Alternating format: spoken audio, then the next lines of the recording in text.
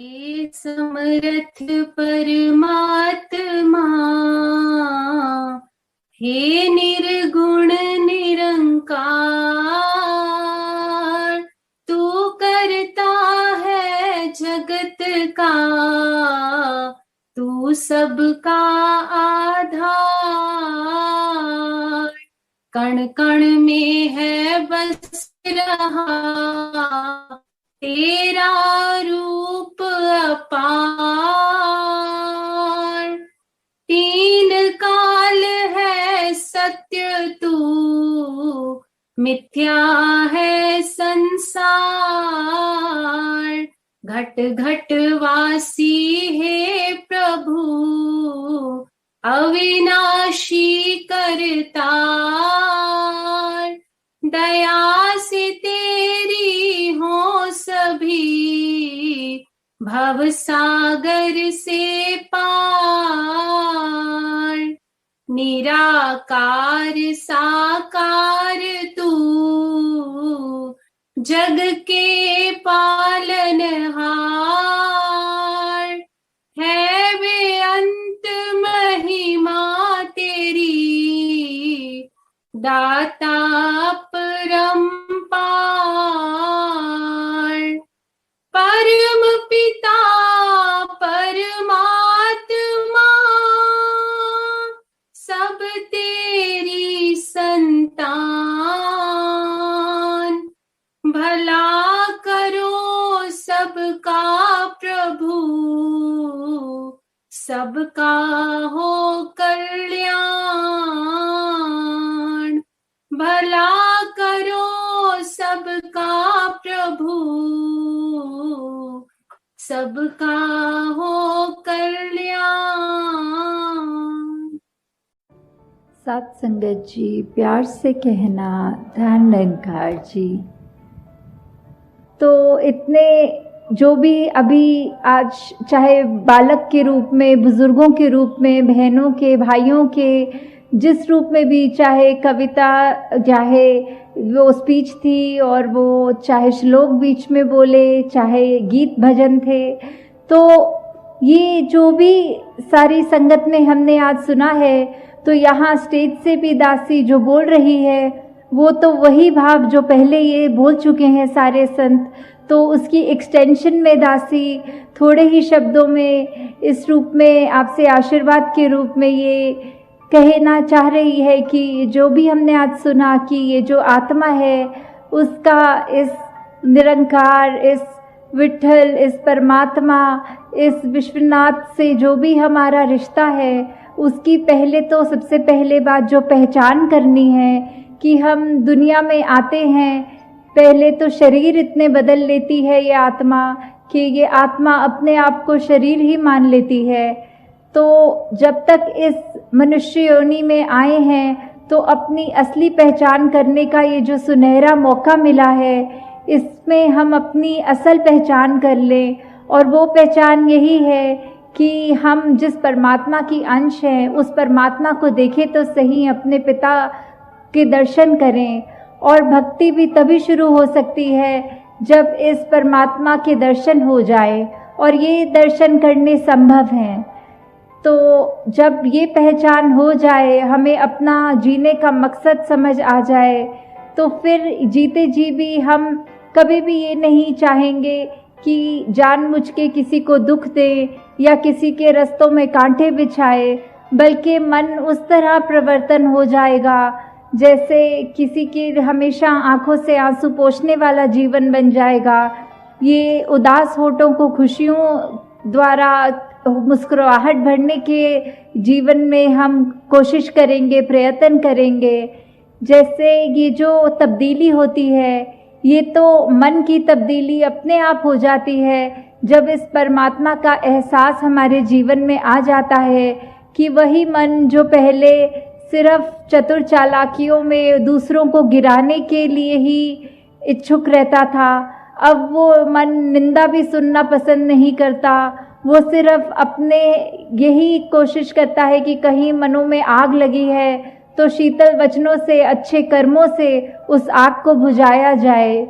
तो जैसे ये जो ट्रांसफॉर्मेशन, ये रिफॉर्मेशन की बात होती है, वैसे विवेकानंद जी ने भी, हम सब ने ये घटना सुनी है कि उन्होंने एक बार कहा कि आई वॉन्ट रिफॉर्मर्स, तो सभी ने अपने हाथ खड़ा कर दिए, पर उन्होंने कहा कि बात पूरी ये है कि I want reformers who can reform themselves, कि किस तरह सिर्फ बात ये नहीं कि हम दुनिया में कोई क्रांति लाएंगे, कोई अच्छे बातें फैलाएंगे, पर सबसे ज़रूरी बात ये है कि सबसे पहले हमें अपने अंदर का बदलना है।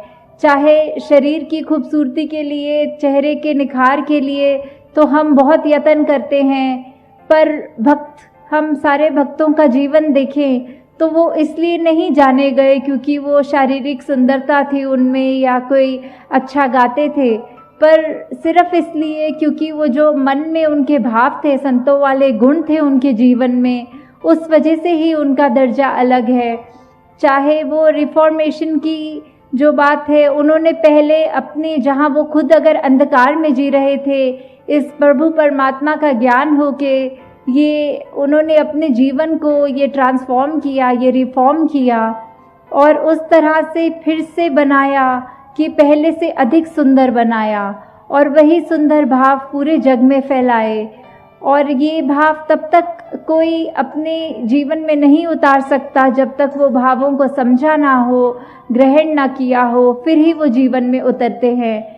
नहीं तो दिखावे के लिए तो थोड़ी देर के लिए कोई भी एक अच्छा इंसान बन सकता है, पर ज़िंदगी भर अच्छा बनने के लिए तो सिर्फ यही कि निरंकार प्रभु परमात्मा विश्वनाथ ही हमारे अंग संग है, हमारे अंदर है, बाहर है, हमारे सामने वाले इंसान में है, पत्ते पत्ते में है, डाली में है।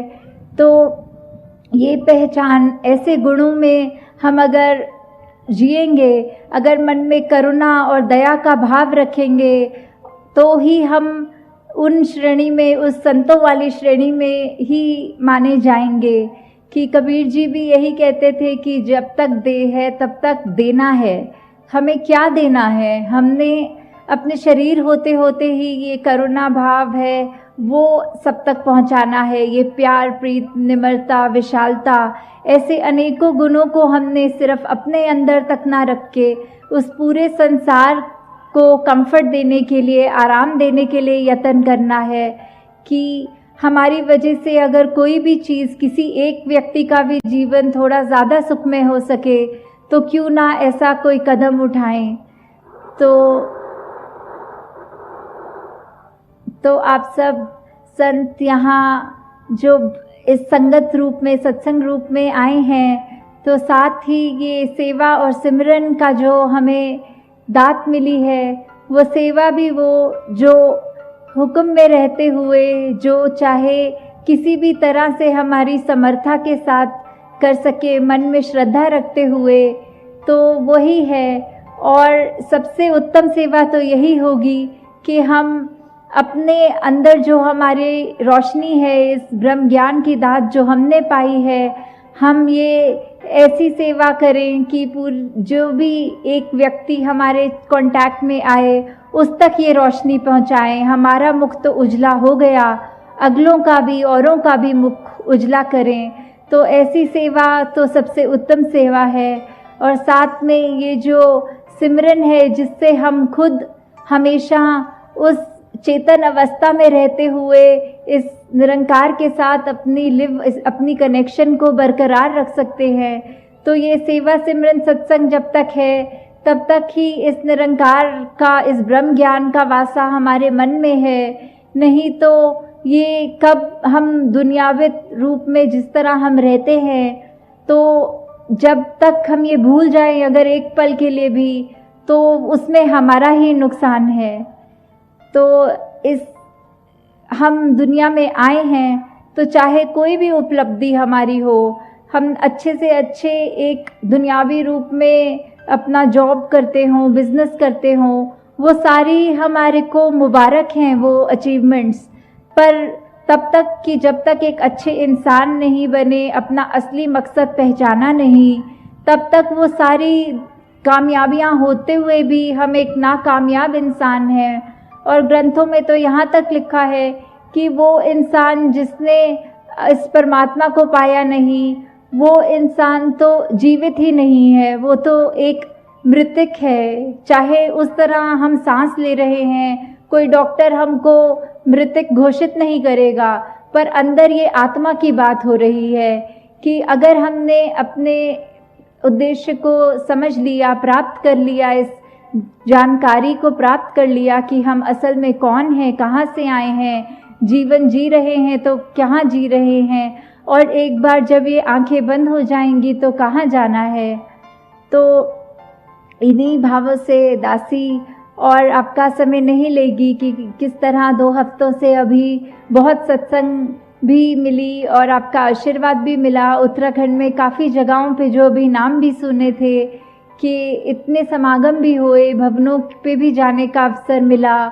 तो अभी भी आगे जहाँ टिहरी और मसूरी की यात्रा है, तो दासी यही अरदास करेगी कि हम सब भी आगे से आगे जहाँ अपने जीवन को तो बढ़ाएं ही, बाकी औरों के भी जीवन में ये रोशनी का काम करें कि किस तरह एक अगर छोटी सी भी हमारी कंट्रीब्यूशन हो किसी के जीवन में सुख पहुंचाए, तो वो हमें करने में सोचना नहीं चाहिए कि हम अगर हैं संतान प्रभु परमात्मा की, ये हम जान चुके हैं, तो ये बात हर एक तक पहुंचाएं कि उनका जीवन भी सफल हो जाए। जिस तरह हमने ये जो शब्द अक्सर हम सुनते हैं कि जीवन में ही मोक्ष प्राप्त कर लिया, ये जीते ही मोक्ष प्राप्त कर लिया, तो ये सिर्फ जब श्वास हैं तब तक ही हो सकता है। और ये सुनहरा मौका जब मिला ही हुआ है तो इसका पूरा फ़ायदा उठाएं और इस ब्रह्म ज्ञान की दात को प्राप्त करके हम अपने जीवन को महकाएं, औरों के जीवन को महकाएं। सात संगत जी, धारणकार जी।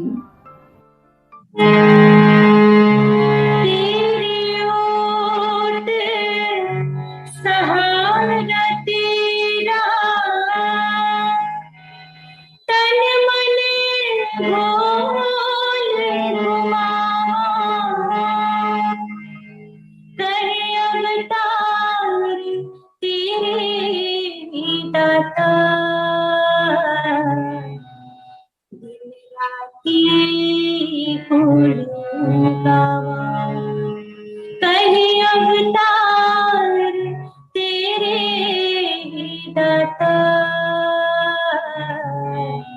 दिन राती तू ही निरंकार, तू ही निरंकार, तू ही निरंकार, मैं हंसता फुलहार, मैं हंसता फुलहार, तू है दाता बख्शहार, तू है दाता बख्शहार, मेरी अब गुण नाची तार, मेरी अब गुण नाची तार, तू ही निरंकार, तू ही निरंकार, निरंकार, निरंकार, तेरा रूप है संसार, तेरा रूप है संसार, सबदा भला करो करतार, सबदा भला करो करतार, मेरे अवगुण नाची तार, मेरे अवगुण नाची तार, निरंकार, तू ही निरंकार, तू ही निरंकार, तू ही निरंकार, मेरा डोले ना इतबार, मेरा डोले ना इतबार, बख्शो शरदा भक्ति प्यार, बख्शो शरदा भक्ति प्यार, करा मैं संता का सत्कार, करा मैं संता का सत्कार, तू ही निरंकार, तू ही निरंकार, तू ही निरंकार, तू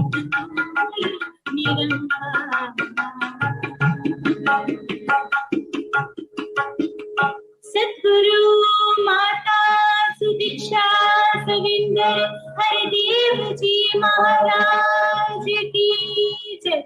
निरंकारी राजमाता गुरुवचन अवतार की जय। सत्संग जी प्यार से कहना, धन निरंकार जी।